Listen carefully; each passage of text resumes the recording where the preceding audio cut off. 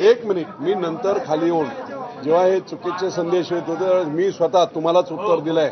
युती तुटलेली नाही. मुख्यमंत्री उपमुख्यमंत्री यांच्याशी चर्चा झालेली आहे.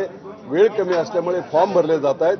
उद्या सगळ्यांशी चर्चा करून उदय सामंत इथे येत आहेत आणि जो काही समन्वयाने निर्णय घ्यायचा ते नेते घेतील हे मी तुम्हाला सांगितलं. चर्चा चालू आहे का? कारण काल काही पदाधिकारी तिकडे जिजाई निवासस्थानी अजित पवारांना तुमचे कार्यकर्ते जाऊन काल भेटले नव्हते. अजित पवारांसोबत प्रस्ताव देखील 30 ते 35 जागांचा दिला. याच्यामध्ये एक गोष्ट आहे की आमचे पदाधिकारी शरद पवार साहेबांच्या राष्ट्रवादीला जाऊन भेटले असते. ऐका ना, माझं पूर्णतः होतं. किंवा युबीटीच्या नेत्यांना जाऊन भेटले असते तर आक्षेप घेण्यासारखं होतं.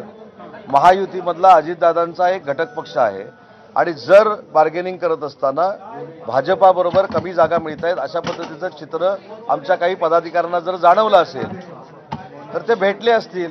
परंतु भेटून अजितदादांबरोबर त्यांनी अलायन्स नाही ना केली.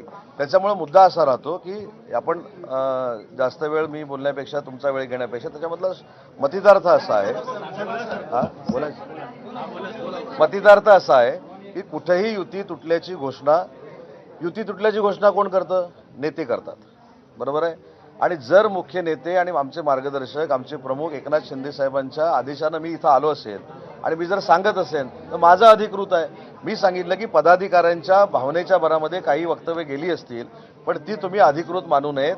तेच सांगण्यासाठी मी पदाधिकाऱ्यांना इथं आलो.